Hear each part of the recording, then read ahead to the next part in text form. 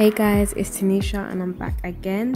Today I'm just going to show you how I usually style my wash and goes when I don't want to do the typical leave it out sort of look and I want to do something a bit more extra. You don't really have to use styling combs or any brushes, although I use some, but you don't have to.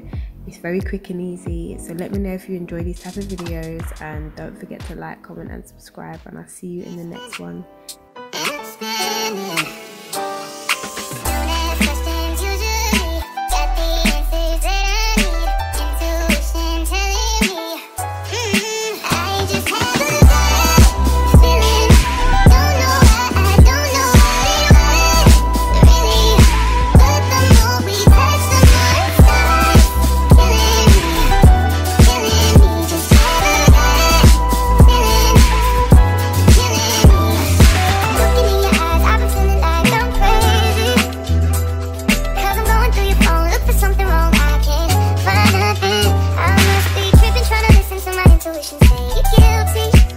So baby,